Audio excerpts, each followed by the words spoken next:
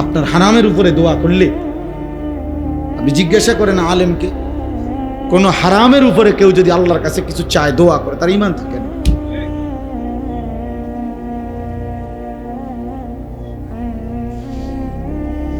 আল্লাহর রহমতে বলে ব্যবস্থা করছে টাকা, সুদের টাকা আল্লাহর রহমতে ব্যবস্থা করছেন, কিস্তির টাকা আল্লাহর রহমতে ব্যবস্থা করছেন। আপনার উপরে ফরজ করছিল ইসলামী শরীয়ত যে সুদে হোক কিস্তিতে হোক ছেলেরে যেমনে পারো বিদেশ পাঠাও, এটা ইসলাম আপনার উপরে বলছে তো না? নবীজি বলছে তো এটা, আব্দুল কাদের জিলানী বলছে তো এটা, বাইজিদ বুস্তামি এটা বলছে তো, বাংলাদেশের সংবিধান আপনার এটা বলছে, আপনাকে এলাকার চেয়ারম্যান আপনার এটা বলছে, আপনাকে এলাকার মেম্বার এটা বলছে। ইবলিস ছাড়া, শয়তান ছাড়া আর কেউ বলে নাই বেটা। হারাম খোর কোথাকার শয়তান তোমারে বলছে।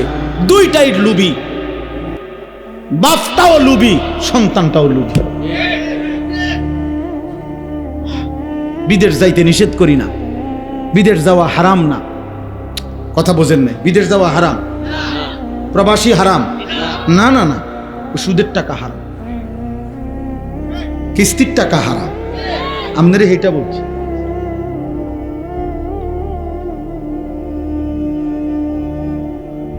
অতএব স্ত্রী সন্তানকে আল্লাহর দিকে ফিরানো, আখিরাতের দিকে ফিরানোর চেষ্টা, ওযু নামাজ পাক পবিত্র হালাল হারামের দিকে ফেরানোর চেষ্টা, এটার থেকে কোনো অভিভাবক, কোনো স্বামী, কোনো বাবা, কোনো মায়ের ছুটি মিলবে কখন? বলেন। জিবরাইল ফাটাই আপনার কাছে যদি আলাদা কে আসে, তাহলে আমাদের কাছে এখন জিবরাইল আসার সুযোগ আছে তো? আসে কেন? জিবরাইল আইন তাইলে তাইলে বোঝা গেল আমাদের জন্য অনুমতি নেই, বরং আমরা মৃত্যু পর্যন্ত বলে যাইতে হবে। আমি তো এই জন্য প্রায় বলি আমার বাবা আপনাদেরকে,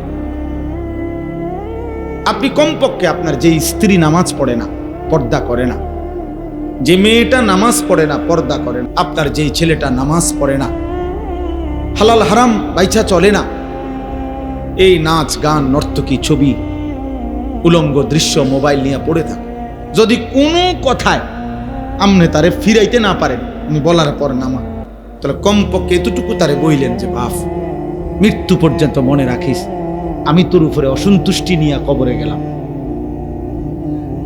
এটা তারে বইলা যায়।